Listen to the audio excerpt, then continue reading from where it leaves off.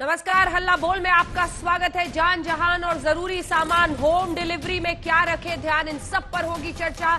Business जगत के बड़े दिग्गज मिलेंगे, लेकिन बड़ी खबर के साथ शुरुआत करें। मुरादाबाद की ये तस्वीरें एक बार फिर से चौंकाती है, हैरान करती है। कोरोना की महामारी के बीच जिस तरह से डॉक्टर्स पर हमला हुआ है, मुरादाबाद हमला केस में अब ये नया मोड़, डॉक्टर्स पर हमला करने वालों पर एनएसए के तहत एक्शन होगा। और ये जो तस्वीरें हम आपको दिखा रहे हैं, ये 15 अप्रैल की यानी बीते दिन की तस्वीरें हैं। ड्रोन कैमरे से आई हुई ये तस्वीरें दिखाती हैं किस तरह से ये हमला हुआ और उसके बाद से प्रशासन ने किस तरह से वहां पर सख्ती बरती है। मुरादाबाद में स्वास्थ्य विभाग की टीम पर हमला किया गया था और ये तस्वीर देखिए, घरों की छतों पर पड़े पत्थर, महिलाओं द्वारा उन पत्थरों को उठाकर स्वास्थ्य कर्मियों पर फेंकना, ये बहुत गंभीर सवाल खड़े करता है। क्या सुनियोजित तरीके से स्वास्थ्य कर्मियों की टीम पर हमले का ये प्लान बनाया गया था?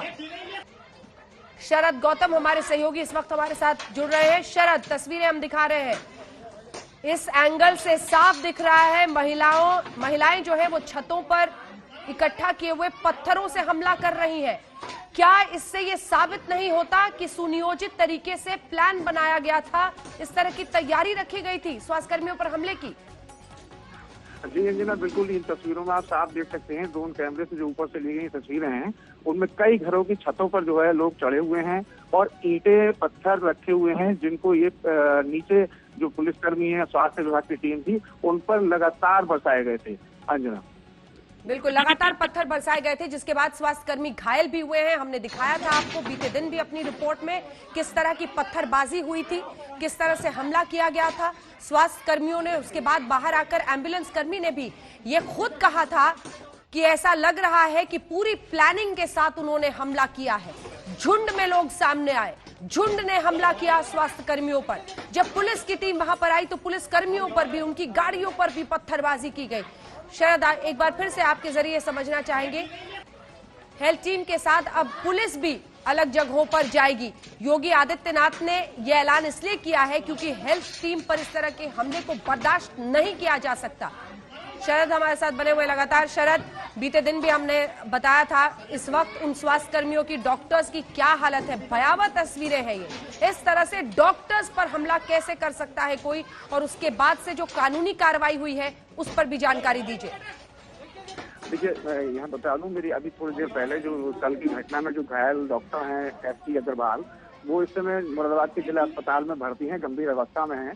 तो उनमें काफी दहशत का माहौल है और जो स्वास्थ्य कर्मी जो उनके साथ थे उस समय, घटना के समय, वो सभी दहशत में हैं। और स्वास्थ्य कर्मियों का जो साथ में जाती है पूरी टीम के साथ, जो हेल्पर होते हैं, जो फार्मासिस्ट वगैरह होते हैं, तो उनमें साफ दहशत है। उन्होंने उनका साफ कहना है कि जब तक हमें व्यापक सुरक्षा के इंतजाम हमारे साथ नहीं किए जाएंगे, तब तक हम लोग किसी भी शहर के किसी भी ऐसे इलाके में नहीं जाएंगे जहां ये जो संवेदनशील है या वहां पर जिनके साथ हमला हो सकता है, कुछ भी घटना हो सकती है। शरद, ये तस्वीरें वाकई शर्मसार करने वाली। छतों से अगर महिलाएं, सड़कों पर हमने बीते दिन दिखाया था किस तरह की पत्थरबाजी की जा रही थी, पत्थर इस तरह से स्वास्थ्य कर्मियों पर फेंके जा रहे हैं।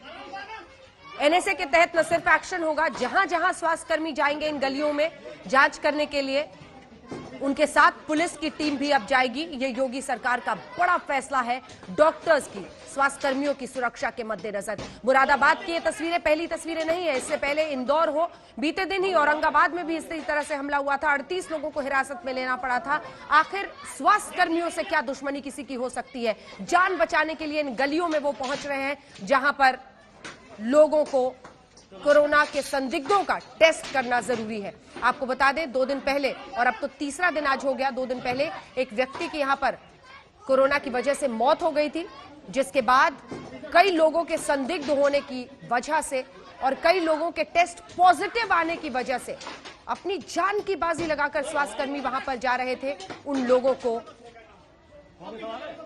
इलाज कराने के लिए, ले जाने के लिए, और उसी दौरान उन पर यह हमला हुआ था। और उसी की तस्वीरें आप देख रहे हैं। 3 तस्वीरें सब कुछ साफ कर रही हैं किस तरह से पुलिसकर्मियों पर, स्वास्थ्य कर्मियों पर यह सुनियोजित हमला किया गया है और हमलावरों की धरपकड़ की जा रही है। एनएसए के तहत उनके खिलाफ कार्रवाई की जाएगी और जब भी कोई स्वास्थ्यकर्मी जाएगा इलाज करने के लिए या ऐसी गलियों में तो फौरन उनके साथ पुलिस टीम भी रवाना की जाएगी। बहरहाल अब उस विषय पर आते हैं जिस पर आज हम चर्चा करने वाले हैं। कोरोना के लॉकडाउन में सिर्फ जरूरी चीजों के कारोबार की ही अभी इजाजत है, लेकिन 20 अप्रैल से कुछ रियायतें मिलेंगी। इस बीच कारोबार उद्योग जगत की चुनौतियां बढ़ती जा रही हैं। ये रिपोर्ट देखिए, फिर बिजनेस जगत के दिग्गज हमारे साथ जुड़ेंगे सीआईआई की तरफ से, जिनके साथ हम चर्चा करेंगे।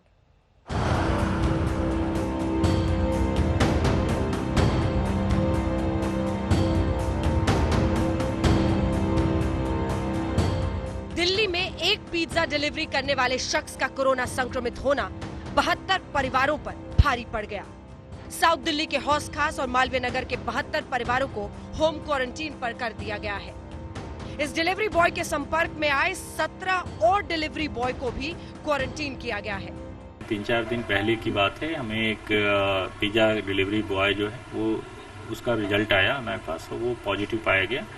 हमने इमीडिएटली उसको हॉस्पिटल भेजा, उसके रूममेट की टेस्टिंग की और सारे जितने उसके आसपास डिलीवरी बॉयज थे उस पूरे आउटलेट के करीब 16 लोग, उन लोगों को हमने इंस्टीट्यूशनल क्वारंटाइन में ले लिया।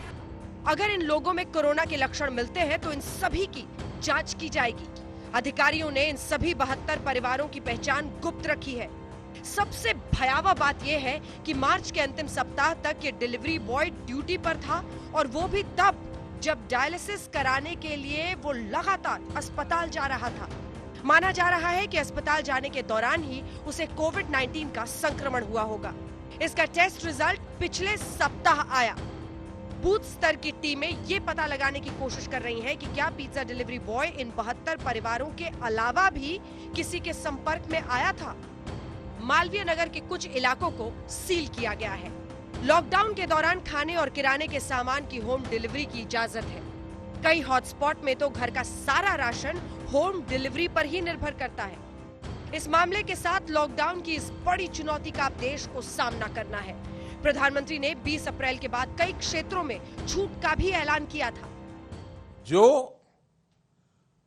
अपने यहां हॉटस्पॉट नहीं बढ़ने देंगे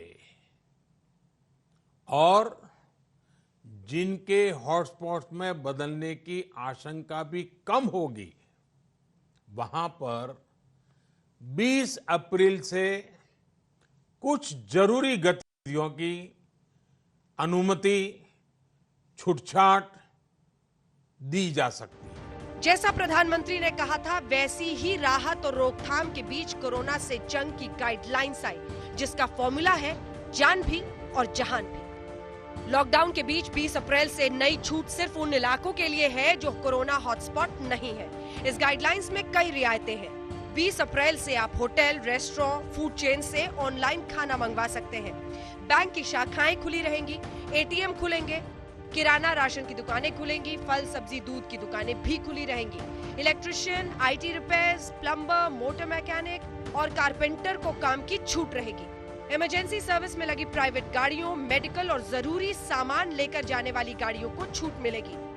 जो क्षेत्र हॉटस्पॉट्स या कंटेनमेंट जोन नहीं है, वहां पर 20 अप्रैल से कुछ चुनिंदा गतिविधियों की अनुमति दी जा सकेगी, बशर्ते कि वहां पर मौजूदा दिशा निर्देशों एवं सोशल डिस्टेंसिंग का कड़ाई से अनुपालन किया जा रहा हो।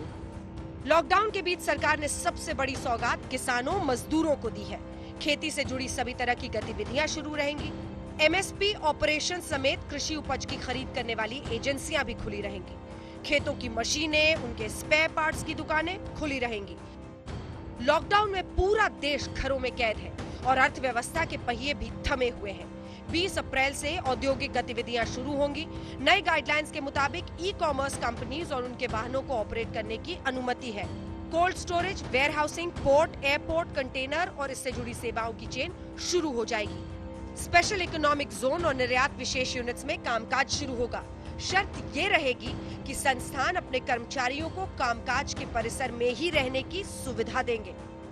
सरकार की नई गाइडलाइंस के तमाम राहतें हैं तो तमाम पाबंदियां भी। 3 मई तक जो सुविधाएं बंद रहेंगी वो है सभी तरह की घरेलू और विदेशी उड़ानें, सभी यात्री ट्रेनें और मेट्रो, पब्लिक ट्रांसपोर्ट में इस्तेमाल होने वाली बसें, शिक्षण संस्थाएं, training centre, coaching institutes, auto rickshaw, cycle rickshaw, taxi, cab सेवाएं, सभी cinema hall, shopping mall, shopping complexes, gym, sports complex बंद रहेंगे। Swimming pool, entertainment park, theatre, bar, auditoriums बंद रहेंगे। सामाजिक, राजनीतिक, सांस्कृतिक, धार्मिक समारोह, जमावड़े नहीं शुरू हो पाएंगे या जमावड़े की इजाजत नहीं होगी। लॉकडाउन 2 में जान के साथ जहान को वापस पटरी पर लाने की चुनौती के बीच अगर छूट के दौरान इन इलाकों में कोरोना हॉटस्पॉट सेंटर बना तो सारी छूटें वापस होंगी। रियायतों के साथ होम डिलीवरी, मजदूरों और अन्य काम करने वालों की सोशल डिस्टेंसिंग बड़ी चुनौती होगी। आज तक ब्यूरो। बिजनेस जगत के जाने माने लोग आज हमारे साथ चर्चा में शामिल हो रहे हैं। हर क्षेत्र पर आज चर्चा करेंगे।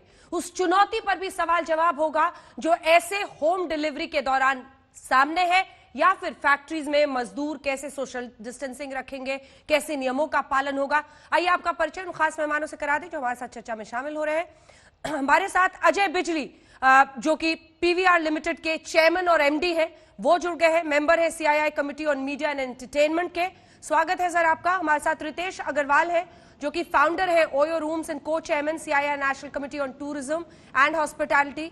दीप कालरा हमारे साथ जुड़े हैं जो कि फाउंडर है मेक माई ट्रिप के, मेंबर है CII national committee on tourism and hospitality. हमारे साथ मिस्टर सिराज ए चौधरी हैं जो कि मैनेजिंग डायरेक्टर एंड सीईओ है एनसीएमएल के। अर्जुन शर्मा जी हमारे साथ जुड़ रहे हैं, चेयरमैन है select group and co chairman CII national committee on tourism and hospitalities. आप पहचान रहे होंगे सेलेक्ट सिटी मॉल, जो अलग अलग जगहों पर मॉल्स हैं, उनके ये मालिक हैं। हमारे साथ विनीत जैन खास मेहमान के तौर पर जुड़ रहे हैं, सीईओ है बिग बाजार के। और बिग बाजार और ऐसी तमाम कंपनियां हैं जो इस वक्त होम डिलीवरी कर रही हैं। तो ये सिर्फ कुछ ईटेबल्स यानी खाने की पिज्जा या फिर किसी और चीज की डिलीवरी की बात नहीं हो रही है। जो राशन भी हॉटस्पॉट्स में डिलीवर हो रहे हैं वो ऐसी ही फूड चेन्स के जरिए डिलीवर हो रहे हैं। कितनी बड़ी ये चुनौती बन सकती है, इसी पर मैं सबसे पहले शुरुआत आप ही से मिस्टर जैन करना चाहती हूं, क्योंकि आज की इस खबर के बाद एक बहुत बड़ी चुनौती आई है कि आप कैसे इसको कंट्रोल, नियंत्रित कर पाएंगे आने वाले वक्त में। एक पिज्जा डिलीवरी बॉय, उसको पहले से ही कोमॉर्बिडिटी थी, दिक्कत थी, उसको किडनीज में प्रॉब्लम थी, वो डायलिसिस कराता था, बावजूद इसके उसको डिलीवरी बॉय की तरह यूज किया जा रहा था। उसकी तबीयत खराब हुई, मार्च में उसका टेस्ट पॉजिटिव आया। अब 72 ऐसे परिवार हैं जो क्वारंटाइन में चले गए हैं इस एक शख्स की वजह से। कैसे देखते हैं आप इस चुनौती को और क्या बताएंगे? देखिए, सबसे पहले तो मैं ये बोलूंगा कि बहुत सराहना करूंगा हमारे प्रधानमंत्री जी की, जिन्होंने जान और जहान का बहुत इंपॉर्टेंस दिया है। आने वाले टाइम पे सही टाइम पे लॉकडाउन किया, उसके बाद में जो हॉटस्पॉट है और नॉन जो अदर दिन दी हॉटस्पॉट है उनको दोनों को अलग करके उनके लिए जो करना है वो किया है। मैं आता हूँ सीधे आपके सवाल पे जो आप पूछ रहे हैं कि कैसे हम लोग अपने जो ये प्रॉब्लम है या जो भी है उसको कैसे इंश्योर करें कि जो भी है हमारे यहाँ पे ठीक चले। तो सबसे पहले तो जो हमारे वर्क प्लेस है, जो स्टोर्स है, उसको पूरे अच्छे से सैनिटाइज किया गया है। जो मेजर्स लेने हैं वो सारे मेजर्स लिए गए हैं।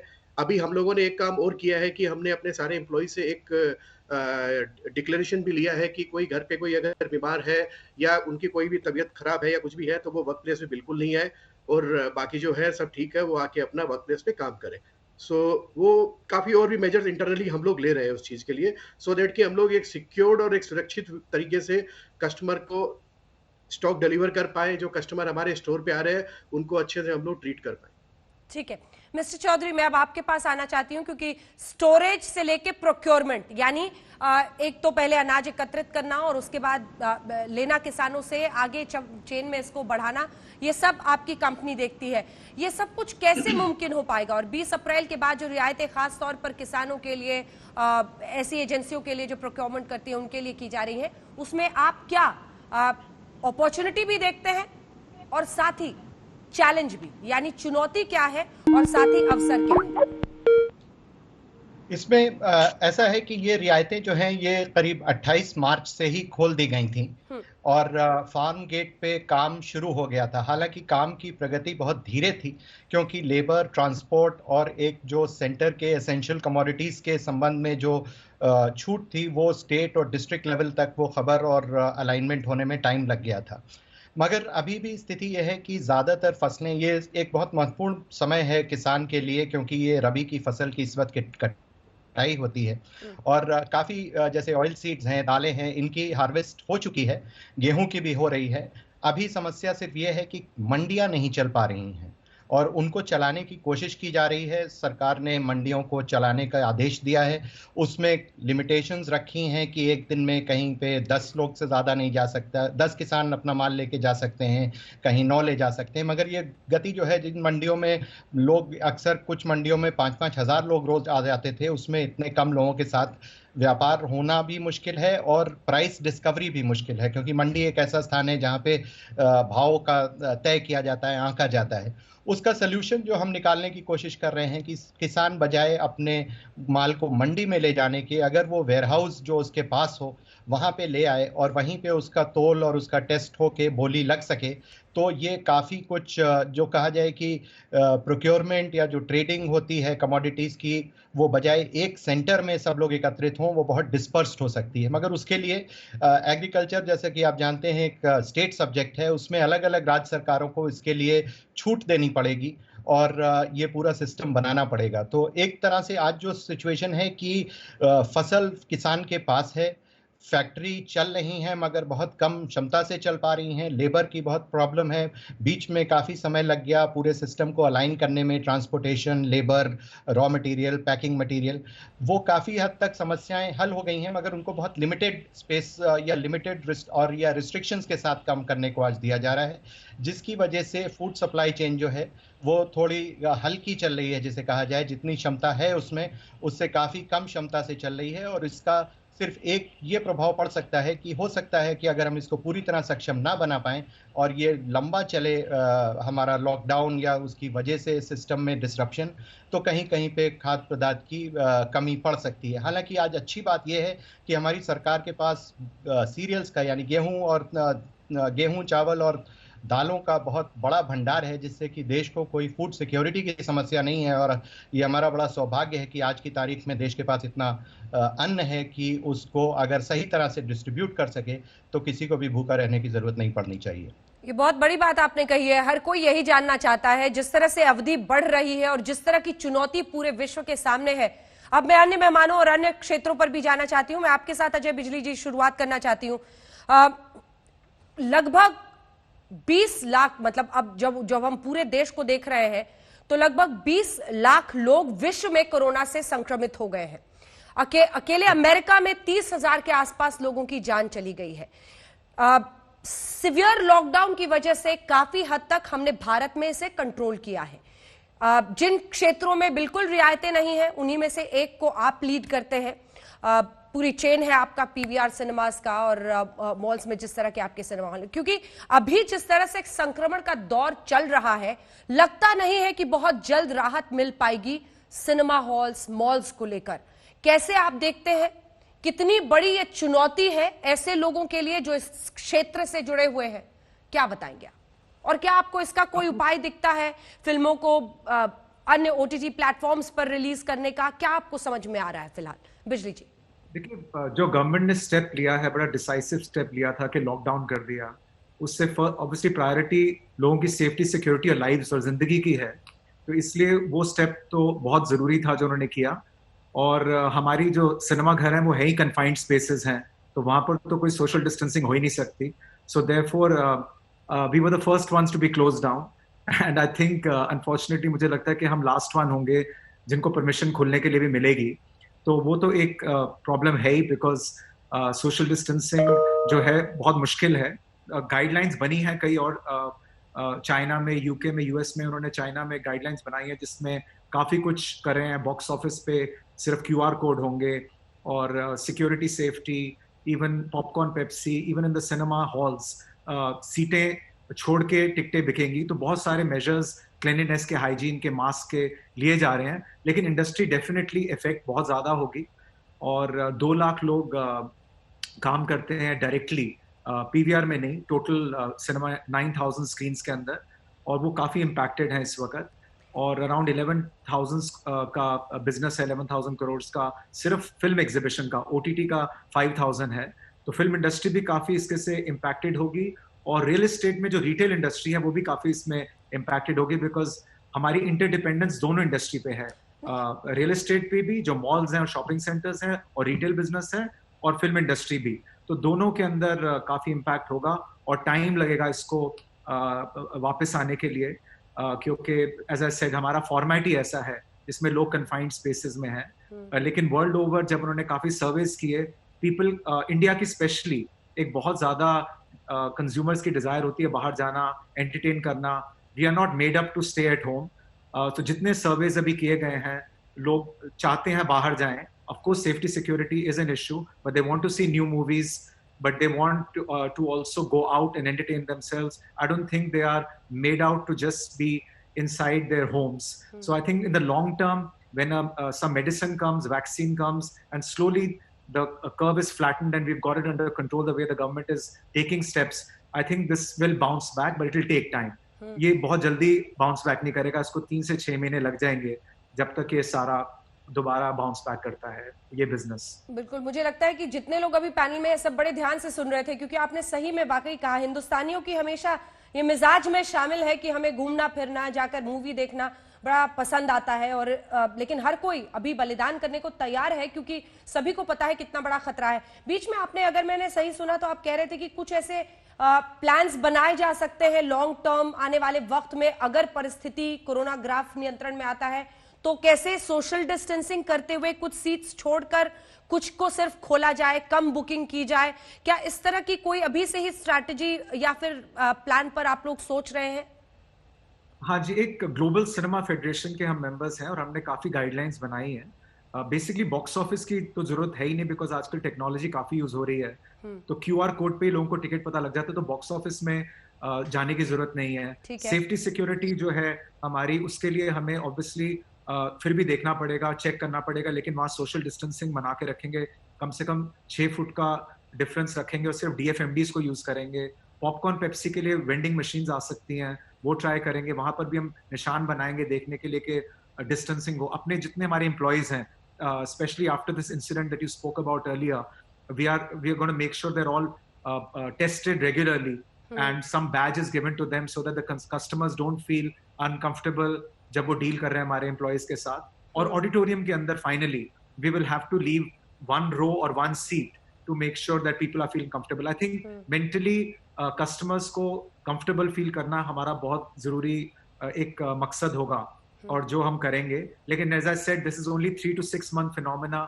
Once the medicine comes out, vaccine comes out, the curve is flattened and we have controlled this disease, then naturally Indian people love to go out and watch movies. 1500 films get made every year and मुझे लगता है कि bounce back कर जाएगा industry, but some support will be needing from the government, very decisive support, the way they have closed down the cinemas like that. Some economic relief packages will be needed to make sure that the cinema industry revives. बिल्कुल, industry से जो सबसे बड़ी आवाजें हैं आप उनको सुन रहे हैं, और अजय बिजली जिन्होंने इस पूरी इंडस्ट्री को लीड किया है, वो अपनी तरफ से कहते हुए कि कुछ ऐसी लॉन्ग टर्म रणनीति बनाई जा रही है कि क्या सिनेमा हॉल में भी सोशल डिस्टेंसिंग रखकर हम फिल्म देख सकते हैं, क्या वहां पर भी जो बाहर में फूड के आउटलेट्स, खाने के आउटलेट्स होते हैं, वहां पर भी सोशल डिस्टेंसिंग हो, जैसा हम किराने की दुकान पर देख रहे हैं। इतना तो तय है कि इंसानी मिजाज, इंसान के जीने के तरीके, सब में कोरोना के बाद बहुत बड़ा बदलाव आएगा। और महत्वपूर्ण बात उन्होंने कही कि आज जो ये पिज्जा डिलीवरी बॉय के साथ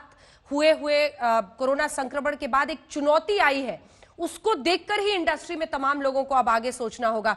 अब हमारे साथ आइए आपको लिए चलते हैं रितेश अग्रवाल, दीप कालरा। रितेश, युवा क्षेत्र में, युवा इंडस्ट्री में आप एक सकते हैं पहचान है एक तरह से, आप इंडस्ट्री में जिसने अपने बलबूते एक पूरे सेक्टर को खड़ा किया, जिसमें कैसे मीडियम कॉस्ट में लोग होटल्स बुक करके दूसरे शहरों में रह सकते हैं। आप फाउंडर हैं ओयो रूम्स के, और इसीलिए मेरा आपसे सवाल है, सबसे पहले तो आपकी पूरी इंडस्ट्री को, क्षेत्र को कैसा धक्का लगा है इससे? पूरे भारत के अगर हम इस वक्त की अर्थव्यवस्था को देखें तो किस तरफ जाता हुआ आप देख रहे हैं, और आप किस तरह की प्लानिंग अभी से बना रहे हैं अगर आने वाले वक्त में परिस्थितियां जरा सा भी नियंत्रण में आती हैं? रितेश। बिल्कुल अंजना जी, बहुत बहुत धन्यवाद मुझे शो में बुलाने के लिए। हमारे लिए सबसे ज़रूरत पूर्ण जो चीज़ है वो है लोगों की जानें, जिसके कारण जो लॉकडाउन सबसे पहले हुआ उसका पूरा हमारा CII टूरिज्म बोर्ड और हमारी कंपनी पूरी तरह से स्वागत करती है, बिकॉज उसी कारण से अभी तक जो है कर्व फ्लैट रहा है। जैसे कि आपने बताया, सारी दुनिया में बड़े से बड़े देश जहाँ का हेल्थ सिस्टम बहुत स्ट्रांग है, जहाँ पे सेफ्टी सिक्योरिटी बड़ी अच्छी है, वहाँ पे लाखों में केसेस बढ़ रही हैं और वो दिन दूर नहीं जब वो टेंस ऑफ लैक्स में जा सकती हैं। तो उस कारण से लॉकडाउन का डिसीजन बिल्कुल सही है। दूसरा, जो कि हमारे हॉस्पिटैलिटी इंडस्ट्री में, जैसा कि आपने कहा कि पिछले 10 साल में जैसे लोगों का ट्रैवल और टूरिज्म मीडियम कॉस्ट में ट्रैवल करने का लोगों का शौक बढ़ा, उससे काफ़ी युवा भी इस बिजनेस में आए। उस कारण से पिछले कुछ सालों में लाखों छोटे छोटे बिजनेसेस, चाहे वो छोटा होटल चलाएं, चाहे छोटा गेस्ट हाउस चलाएं या छोटा मोटेल चलाएं, वो लोग बिजनेस में आए हैं। इन सबका आज के दिन में ऑक्यूपेंसी 10%, 20%, 15%, 0%, 5%, और इसमें बहुत बड़ा स्केल होटल्स बंद हो चुके हैं। पर उसमें भी इंडस्ट्री ने सबसे पहले अपना हार नहीं कबूल किया। सबसे पहले इंडस्ट्री ने कहा कि हम लोग कैसे कोरोना से लड़ने के लिए हम लोग साथ में मिलकर के आगे आ सकते हैं। तो हमारी कमेटी में भी हम लोग कई बार डिस्कस करते आए हैं। मैं कल ही एक हमारे पार्टनर के बारे में बात कर रहा था, जिनका नाम है तुषार जाधव, जो नासिक में है। उनकी एक छोटी सी होटल है और उन्होंने मुफ्त का हर रोज 400 से 500 लोगों का खाना, जो डेली वेज लेबरर्स हैं, उनको मुफ्त में प्रोवाइड कर रहे हैं। और उनके होटल में जो स्टाफ है, उनके सारे स्टाफ की तनख्वाह उन्होंने महीने की शुरुआत में एडवांस में प्रोवाइड कर दी है। इस तरीके से हॉस्पिटैलिटी इंडस्ट्री सामने आई है सपोर्ट करने के लिए इस पूरे इकोसिस्टम को।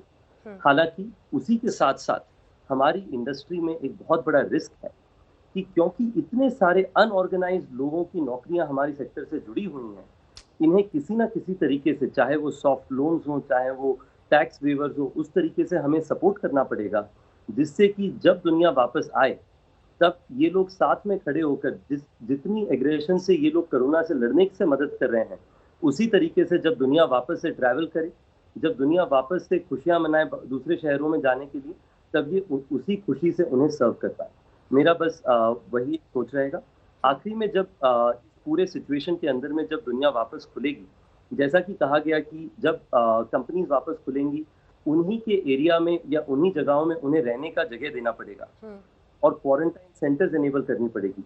इन समय में हमारी कमेटी ने बहुत सारे थॉट्स और सजेशंस और गाइडलाइंस बनाए हैं, जिससे कि सोशल डिस्टेंसिंग और सैनिटाइजेशन सही तरीके से हो सके, चाहे वो चेक इन का जगह हो, चाहे कस्टमर्स को मास्क देना हो, चाहे रूम की सैनिटाइजेशन हो, हर लेवल पर, जिससे कि कस्टमर्स के दिमाग में जो वो डर पैदा होता है उसे कम से कम करा जा सके। बिल्कुल। मेक माई ट्रिप के दीप कालरा हमारे साथ फाउंडर हैं, जो कि CII national committee on tourism and hospitality में वो भी है। दीप जी, मैं आपसे ये समझना चाहती हूँ, क्योंकि सबसे ज्यादा इफेक्ट, हालांकि एक बहुत इंटरेस्टिंग फैक्ट है कि वुहान से चीन के अन्य हिस्सों में, वुहान जो कि कोरोना सेंटर है चाइना में, वुहान से चीन के अन्य जगहों पर उन्होंने तमाम डोमेस्टिक फ्लाइट्स 23 जनवरी को रोक दी थी, लेकिन इंटरनेशनल फ्लाइट्स चाइना से हर जगह जाती रहीं।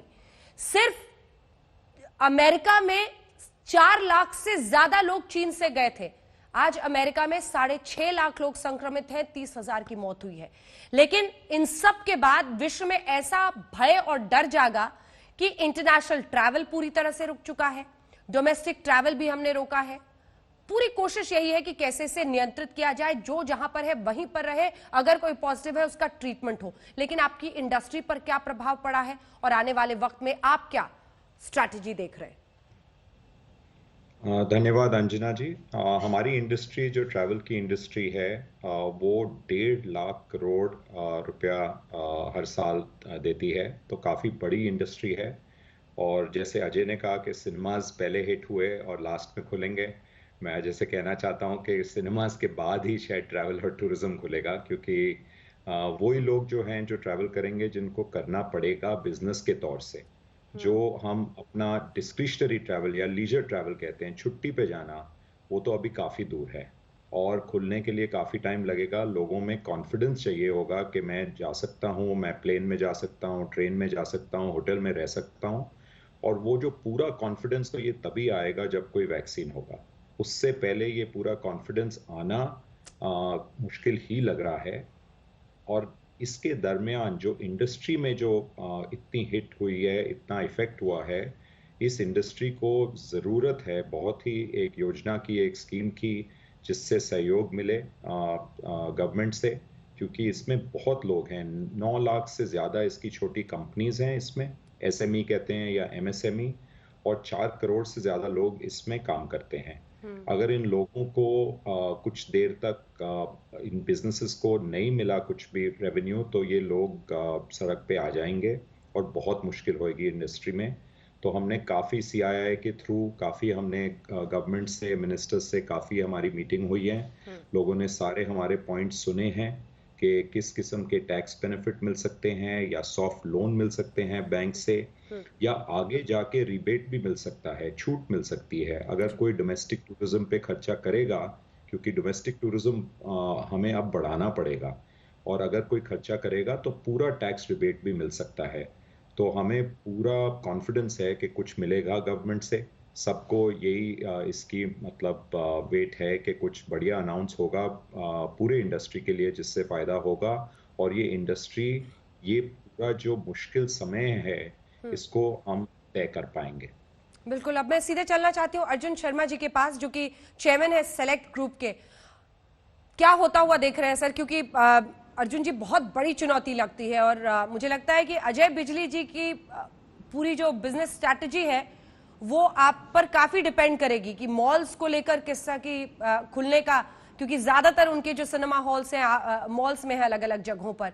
मॉल्स पर क्या होता हुआ देख रहे हैं, क्योंकि हिंदुस्तानियों का फेवरेट वीकेंड अब तो छोटे शहरों में भी मॉल्स में ही सबसे ज्यादा वो रुक करते थे। उनका सोर्स ऑफ एंटरटेनमेंट आप कह लीजिए एक तरह से परिवारों के लिए था, मध्य वर्गीय हो, किसी के लिए भी हो, वहां पर भी बहुत ज्यादा असर हुआ है। कैसे देख रहे हैं? थैंक यू अंजना जी। पहले तो जैसे प्रीवियस स्पीकर्स ने कहा, हम सब सरकार के साथ, प्रधानमंत्री के साथ हैं। जो ये लॉकडाउन हुआ है, ये एक ही तरीका था कि इस देश में आज कम से कम प्रॉब्लम हुई है। प्रॉब्लम है, बट आप कंपेयर करें जो अमेरिका में है, जो यूरोप में है, उससे हम बहुत ही कम हैं। So really thank to the government, thank to the प्रधानमंत्री। जो शॉपिंग मॉल्स हैं, रफली शॉपिंग सेंटर एसोसिएशन के हिसाब से हमारे कुछ 600 मॉल हैं इंडिया के अंदर, एंड रफली एम्प्लॉय करते हैं अबाउट 1.2 मिलियन पीपल। ये अभी सारी इंडस्ट्री पूरी बंद है, रिटेल बंद है। At this point of time हमको सारे रिटेलर्स से भी बात चल रही है कि जो एसेंशियल चीज़ें हैं वो खुली हुई हैं, लाइक फॉर एग्जांपल ग्रोसरी दुकानें हैं या मेडिकल स्टोर हैं, वो हमने खोल के रखे हुए हैं। अब हमको गवर्नमेंट से ये बातचीत चल रही है, क्योंकि जो ये मॉल्स हैं ये काफ़ी सुरक्षित हैं, इन द सेंस कि यहाँ पे हम सोशल डिस्टेंसिंग कर सकते हैं, हम यहाँ पे कैरिंग कैपेसिटी को देख सकते हैं कि भाई कितने लोगों को अंदर लाया जाए, सब मास्क से आए, सब स्टाफ हमारे और गेस्ट भी मास्क पहने, और इस तरह से स्लोली करके ये जो इकोनॉमिक एक्टिविटी है वो गवर्नमेंट को सोचना पड़ेगा, खोलना पड़ेगा, बिकॉज इसी तरह से जॉब्स क्रिएट होंगी वापस, और जो ये लोग हर इंडस्ट्री में रोड पे आने वाले हैं, उस तरह से हम उनको बचा सकते हैं। तो ये shopping malls want to work with the government, they want to work with every retailer to slowly bring back the clients to some sort of an economic activity. अभी तो सैर सपाटा की दूर की बात है, बट अभी तो जो लोगों को जरूरी काम है, लाइक अभी लोगों के अभी हमको फोन आते हैं कि जी मोबाइल दुकान खुल गई है, नहीं खुली है, आपके पास कुछ थोड़े से वाइट गुड्स की हमको जरूरत है, टोस्टर खराब हो गए हैं। So all kinds of customers are waiting on the side lines कि वो कुछ करें। मैं एक और इंडस्ट्री के बारे में बात करना चाहता हूं जो दीप जी ने कहा, वो है ट्रैवल एंड टूरिज्म, और ये बहुत ही प्रॉब्लम इंडस्ट्री है जी। इसमें सबसे छोटे 95% of the industry is small scale, और छोटे ट्रैवल एजेंट हैं, छोटे टूर ऑपरेटर हैं, आर्टिजन्स हैं, दुकानदार हैं, वो जो सब इफेक्टेड हैं। और ये इंडस्ट्री, सिनेमा हॉल्स की बात तो बिल्कुल ही खुलेगी, उसके पहले नहीं खुल सकती है, बिकॉज कोई भी पर्यटन डोमेस्टिक हो या इंटरनेशनल हो नहीं चाहेगा। तो इसीलिए हमारी भारत सरकार से बहुत ही विनती है, हमारी appeal prime minister, finance minister के पास ऑलरेडी पहुंची हुई है कि हमको कुछ हमारे इंडस्ट्री में direct transfer for certain kind of people, जो लेट्स से 25,000 या 30,000 की सैलरी से कम के लोग हैं, उनके लिए हमको मदद चाहिए, otherwise millions of people will be on the roads. So ये हमारी अपील है, and we want to work with the government to bring back safety, health and the economy together. बिल्कुल। अजय बिजली जी, मुझे लगता है एक बहुत बड़ी चुनौती ये भी होगी, जिसका आपने खुद भी जिक्र किया था, कि लोगों का विश्वास हम कैसे, क्योंकि एक मन में लोगों के भय है। जिस तरह से आपने खुद ही बताया, कन्फाइंड स्पेसेस है, सिनेमा हॉल्स, मॉल्स हैं, उनकी जैसा कंस्ट्रक्शन है, सेंट्रल एयर कंडीशनिंग है। ऐसे में संक्रमण फैलने का बहुत ज्यादा डर लोगों के मन में होगा। 100% कंप्लायंस, इससे कम में आप नहीं, क्योंकि अब जैसा मैंने भी बताया कि कैसे एक पिज्जा डिलीवरी बॉय की वजह से 2 इलाके, मालवीय नगर का बहुत बड़ा हिस्सा अब हॉटस्पॉट की तरह सील कर दिया गया है। तो एक छोटी सी भूल कैसे एक बहुत बड़े ट्रॉमा में रिजल्ट कर सकती है एक पूरे एरिया के लिए। उसका बहुत 100% कंप्लायंस चाहिए होगा ताकि फिर से विश्वास जीत पाए। Mister Bijli. Absolutely, no doubt about it. जैसे मैंने पहले भी कहा कि एक ग्लोबल सिनेमा फेडरेशन है और पूरे दुनिया में इस वक्त सिनेमास बंद है, पूरी इंडस्ट्री इफेक्टेड है, तो काफी नोट्स शेयर किए जा रहे हैं, टेक्नोलॉजी काफी यूज हो रही है, यूज होगी आगे जाके, जिससे एक ऐसा माहौल बनाएंगे सिनेमा के अंदर के लोगों को बिल्कुल भी कोई भी डर ना हो। बट जैसे मैंने बोला, इसको टाइम लगेगा, एकदम नहीं होगा ये कि लोग एकदम आने शुरू हो जाएंगे। सिर्फ नई पिक्चरें एक भी जरूरी हैं, लेकिन फिर भी इतनी जल्दी लोगों का जो भय है वो खत्म नहीं होगा। लेकिन मुझे फिर भी ह्यूमैनिटी पे बहुत बिलीफ है, अपने इंडियन कंज्यूमर पे बहुत बिलीफ है कि लोग दोबारा जरूर आएंगे। और because human beings are not hard wire to stay at home, they have to go out, they have to socialize. और हमारी जो इंडियन कंज्यूमर है, सो 3 से 6 महीने का इफेक्ट जरूर होगा। और उस दौरान हम बहुत ट्राई करेंगे, जितना कर सकते हैं, वर्ल्ड स्टैंडर्ड्स, बेस्ट स्टैंडर्ड्स जो भी हैं, देखने के लिए कि लोग बिल्कुल किसी तरीके से भी उनको कोई ऐसा ना लगे कि उनको कोई कंटामिनेशन हो जाए। Arjun was in my school only, so my cinemas are with Arjun. We'll work with Arjun and other developers to make sure that we are in it together.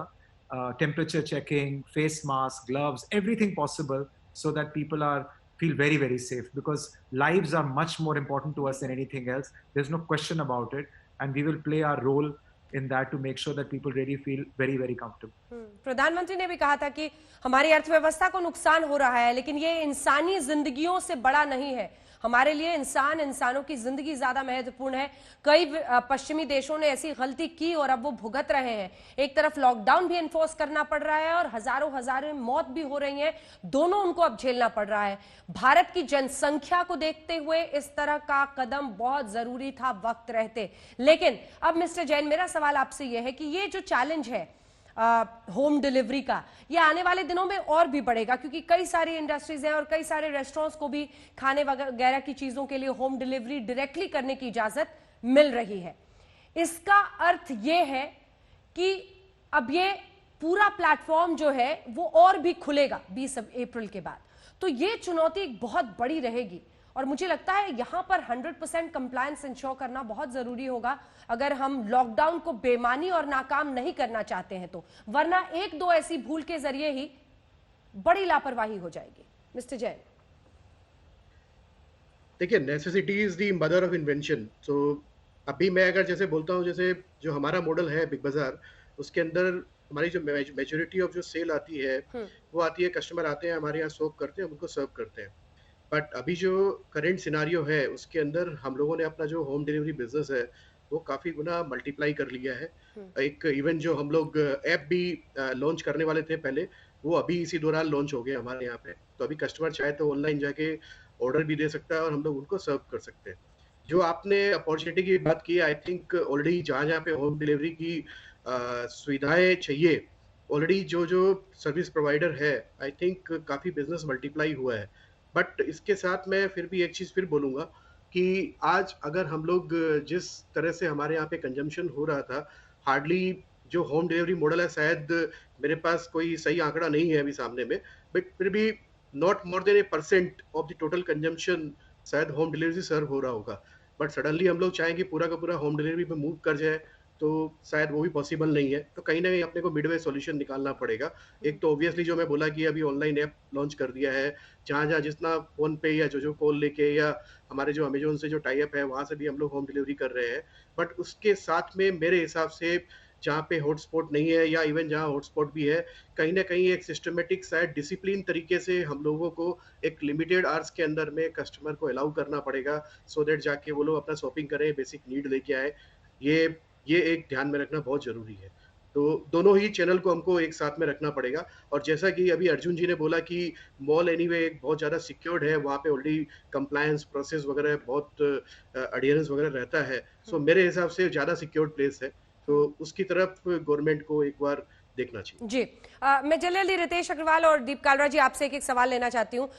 Ritesh, आपके साथ शुरू करते हुए, देखिए असाधारण वक्त पर असाधारण कदम और बदलाव करने की जरूरत होती है। जो वक्त के हिसाब से बदल जाता है वो सर्वाइव कर जाता है, नहीं तो मुश्किलें आती है। मैं इसलिए ये सब कुछ भूमिका बना रही हूं क्योंकि कॉन्टैक्ट लेस सर्विसेज, मतलब कोई भी अगर आप किसी को सर्विस दे रहे हैं, कांटेक्ट को कैसे आप ह्यूमन टू ह्यूमन कांटेक्ट को कैसे आप बिल्कुल नेगेटिव की तरह, जीरो की तरफ ले जाएं, ये हर इंडस्ट्री में अब चैलेंज बनकर उभरने वाला है आने वाले वक्त में। जो इसको साध पाएगा वो सर्वाइव कर पाएगा।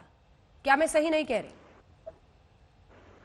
बिल्कुल अंजना जी, आप बिल्कुल सही कह रही हैं। और मेरे हिसाब से आज जो भारत देश का युवा है, भारत सारी दुनिया में आप एक तरीके से देखें तो अमॉन्ग द यंगेस्ट कंट्री में आता है। मुझे लगता है भारतीय युवा के लिए भी ये बहुत बड़ा अपॉर्चुनिटी है, क्योंकि दुनिया की जो सबसे अच्छी नई बिजनेसेस शुरू होती हैं युवा एंटरप्रेन्योर से, वो मुश्किल समय में शुरू होती हैं, चाहे वो 2008 का रिसेशन हो, चाहे वो दूसरे इकोनॉमिक शॉक्स हो। तो मुझे लगता है आज के दिन में जो भी नया एंटरप्रेन्योर अपने बिजनेस को आफ्टर कोरोना के दौर पे अपने बिजनेस को तैयार करेगा, उसकी सक्सेस की संभावनाएं बहुत ज्यादा है। और हमारी इंडस्ट्री में भी technology, contactless check in, contactless cleaning of rooms, ये सारी चीजों के ऊपर में काफी सिग्निफिकेंट इन्वेस्टमेंट होने वाली है हमारे हिसाब से। बिल्कुल, और वही रास्ता भी निकलेगा। दीप कालरा, अगर मैं सही हूं तो आपका काफी योगदान रहा है आरोग्य सेतु में, जिसके जरिए डिजिटली मैपिंग हो रही है और लोग अपना स्टेटस देख सकते हैं कि वो कोरोना के नजरिए से हेल्दी है या नहीं है, जो ग्रीन जोन, ऑरेंज जोन। मैं चाह रही थी एक बार वही सवाल का जवाब आप भी दें कि आपकी इंडस्ट्री में कैसे आप ये कॉन्टैक्ट लेस की तरफ बढ़ सकते हैं, क्योंकि ट्रैवल है, फ्लाइट है, सीट्स करीब है, प्लेन्स है, ये सब डिपेंड करता है। लेकिन सोचना पड़ेगा क्योंकि ये 15 दिन बाद हम लॉकडाउन के जरिए सिर्फ शायद आगे पुश कर रहे हैं। जब तक वैक्सीन ना हो, उसमें भी अभी 1 से 1.5 साल लग सकता है, तो आगे के लिए स्ट्रैटेजाइज करना ही होगा। मैं दोनों पर आपका कमेंट चाह रही थी। मिस्टर दीप। बिल्कुल ठीक फरमाया अंजना जी। हमें वो बिजनेस जो कहते हैं ना, री इमेजिन करना पड़ेगा। इसका मतलब है फिर से कल्पना करना पड़ेगा कि पोस्ट कोविड बिजनेस कैसा होगा।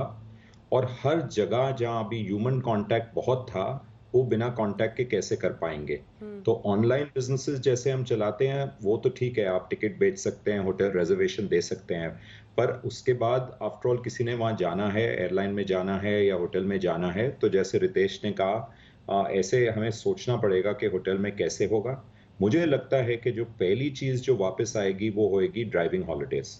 सबसे पहले लोग कहेंगे हम अपनी गाड़ी में सेफ हैं, हम अपनी गाड़ी में ड्राइव करके जाएंगे, चाहे हमें 6, 7, 10 घंटे जाना हो, 12 घंटे जाना हो, पर हम ड्राइव करके जाएंगे और ऐसी जगह रहेंगे जहाँ काफी वीराने में रह सकते हैं, या अलग से वहाँ रूम हो, कॉटेज हो, होम स्टे कहते हैं इनको आजकल, स्टे हो, या कुछ होटल फैले हुए होते हैं रिसोर्ट के तौर से, वहां जाके रहेंगे। मुझे लगता है कि वो पहली चीज होगी जो वापस आएगी, क्योंकि लोग चाहते भी हैं कि वो ट्रैवल करें, पर ये सारा टाइम नहीं चलता रहेगा। और जो आपने ऐप का जिक्र किया आरोग्य सेतु का, हम बहुत ही मतलब ऑनर्ड और प्रिविलेज हैं कि हमने गवर्नमेंट के साथ इस पे काम किया है और करते जा रहे हैं, और ये ऐप और भी बड़ा बना रहे हैं। 5.5 करोड़ लोग डाउनलोड कर चुके हैं। मैं सोचता हूँ इस ऐप के जरिए काफी लोग, अगर हम ये ऐप को यूज करें, इसके जरिए काफी लोग इसको एक पासपोर्ट के तौर से, एक ई पास के तौर से यूज कर सकते हैं एंट्री के लिए। चाहे आप मॉल की बात कर रहे हो या होटल की बात कर रहे हो या एयरलाइन की बात कर रहे हो। आजकल काफी RWA हमसे बात कर रहे हैं, कह रहे हैं कि हम ये ऐप से RWA में एंट्री दिखा सकते हैं कुछ लोगों की। जरूर हो सकता है। तो जैसे और लोग ये ऐप को यूज करेंगे, 10 करोड़, 20 करोड़, 30 करोड़ लोग, उससे इसका ज्यादा फायदा होगा और सब लोग अपना स्टेटस, हाँ, क्योंकि उसमें आपका स्टेटस दिख जाएगा कि आप कोरोना को लेकर आप हेल्दी हैं या फिर आप पर रिस्क है, वो अलग जोन है, या फिर आप पॉजिटिव हैं तो अलग जोन है। तो ये एक आप कह सकते हैं रेडी चेक है, जो कि कोई भी देख सकता है आपके किसी भी एंट्री पॉइंट पे। जान, जहान और जरूरी सामान। लॉकडाउन 2 में जिंदगी की इसी कश्मकश पर आप देख रहे थे हल्ला बोल। देखते रहिए आज तक।